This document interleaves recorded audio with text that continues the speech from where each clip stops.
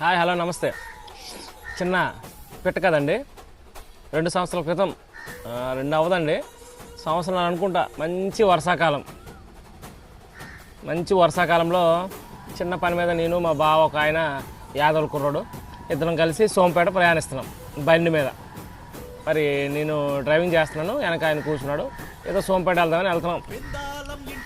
వెళ్తుంటే మా పక్క నుంచి ఒక బండి క్రాస్ చేసింది.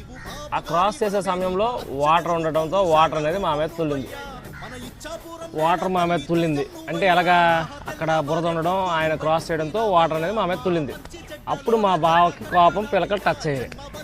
వెంటనే నాకు దిగమన్నాడు, బండి తీసుకున్నాడు, బండిని ఫాలో చేశాడు. వెనక్కి ఫాలో అవుతున్నాం. సోంపేట దగ్గరికి వెళ్ళేటప్పటికి పెద్ద కాలువ ఒకటి దొరికిందండి. ఆయన ఏం చేశాడంటే మొత్తం వాళ్ళని ఇంకా తడిపేశాడు ఆ నీటితో. ఇక డిస్కషన్ స్టార్ట్ అయింది. ఆ కుర్రాడు దిగాడు, మీరు ఎందుకు ఇలా చేశారు అన్నాడు. మా వాడు అన్నాడు, మరి నువ్వు చేసి వచ్చావు కదరా బాబు, అప్పుడు కనీసం ఆపైనా సారీ చెప్పాలి కదా, సారీ చెప్పకుండా నువ్వు వచ్చావు కాబట్టి నేను నీకు ఈ విధంగా బుద్ధి చెప్పాను అన్నాడు. అప్పుడు రూలింగ్లో ఎవరున్నారు? జగనన్నయ్య రూలింగ్లో ఉన్నారు కదా. ఆ కుర్రాడు సోషల్ మీడియాలో ఎంతో కొంత మాకు పరిచయం ఉన్న వ్యక్తి అనమాట. ఆయన కాదా అవునా, అప్పటికి మనకు పెద్ద పరిచయం లేదు.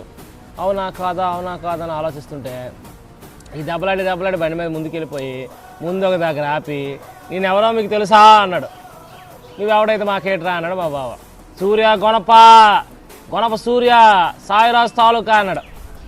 ఈరోజు నువ్వు ఎక్కడున్నావు గొనప సూర్య, గుర్తుందా?